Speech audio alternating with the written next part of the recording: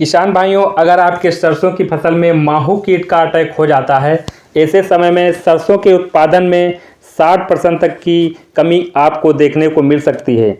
तो आज की वीडियो में हम आप लोगों को बताएंगे कि जो माहू कीट होते हैं या किस तरीके से आपकी सरसों की फसल को नुकसान पहुंचाते हैं, इनका आप नियंत्रण जैविक विधि और रासायनिक विधि से कैसे कर सकते हैं।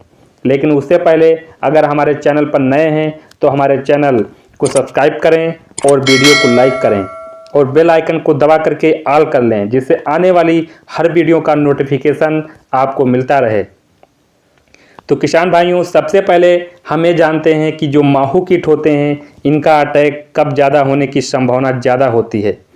देखिए, जब मौसम बहुत ज़्यादा ठंडा होता है, ऐसे समय में जो माहू कीट होते हैं ये अटैक नहीं करते हैं, ये देखा गया है। जब मौसम में परिवर्तन होता है, अचानक मौसम काफ़ी गर्म हो जाता है या फिर ठंडा होने लगता है, या जब हमारी ठंडी का महीना जो होता है ये ख़त्म होने का होता है, ऐसी समय में माहू का अटैक होता है। ये बहुत ही ज़्यादा देखने को मिलता है।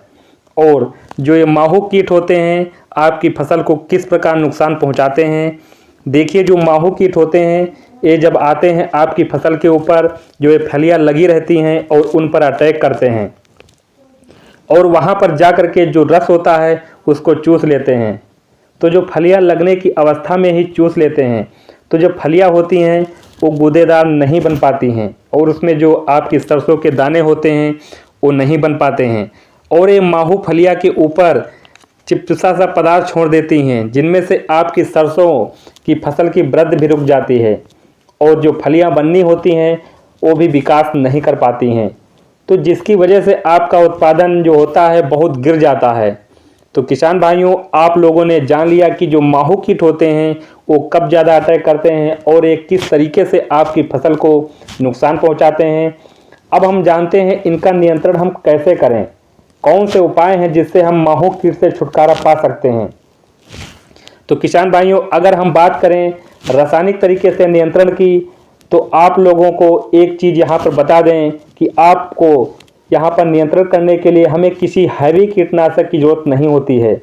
जो हमारे सामान्य कीटनाशक होते हैं उनमें से बहुत बेहतरीन तरीके से कंट्रोल हो जाते हैं और वो भी 100%। लेकिन यहाँ पर आप लोग एक चीज़ का ध्यान रखें कि जो माहू कीट जो होते हैं ये सीजनली होते हैं, सीजन में आते हैं और सीजन खत्म होते ही चले जाते हैं।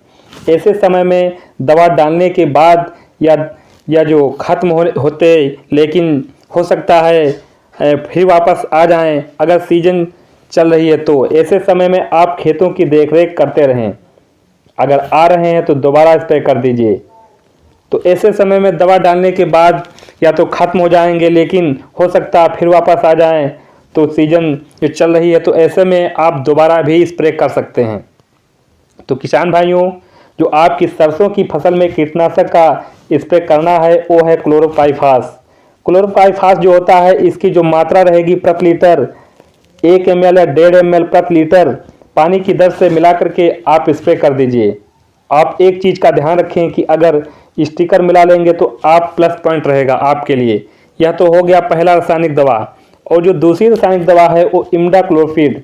इमिडाक्लोपीड जो आती है 17.8 वाली आपको लेना है और उसे 1 ml प्रति लीटर की दर से मिला करके स्प्रे कर देना है। और अगर आप दोनों में से किसी एक दवा का स्प्रे करते हैं तो जो माहू का नियंत्रण है बहुत आसानी तरीके से नियंत्रण पा सकते हैं।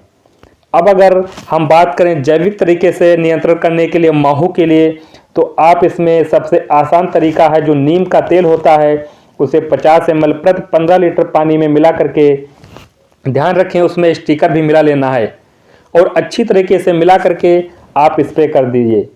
जो माहू होंगे वो नियंत्रित हो जाएंगे। अगर दोबारा लगे तो दोबारा से भी स्प्रे कर सकते हैं। तो किसान भाइयों, अगर आप जैविक तरीके से स्प्रे करना चाहते हैं तो नीम के तेल से स्प्रे कर सकते हैं और सरसों की फसल के माहू नियंत्रण पा सकते हैं। तो किसान भाइयों, हमें उम्मीद है कि सरसों की फसल में माहू से नियंत्रण अब आसानी तरीके से कर पाएंगे। किसान भाइयों, विभिन्न क्षेत्रों से आप लोग बताएं कि माहू को आपके यहाँ क्या कहा जाता है, इसके साथ साथ माहू को नियंत्रित करने के लिए कौन कौन से तरीके अपने प्रयोग में लाते हैं। हम मिलते हैं आप लोगों से एक नई वीडियो में, तब तक के लिए चलते हैं। जय जवान जय किसान।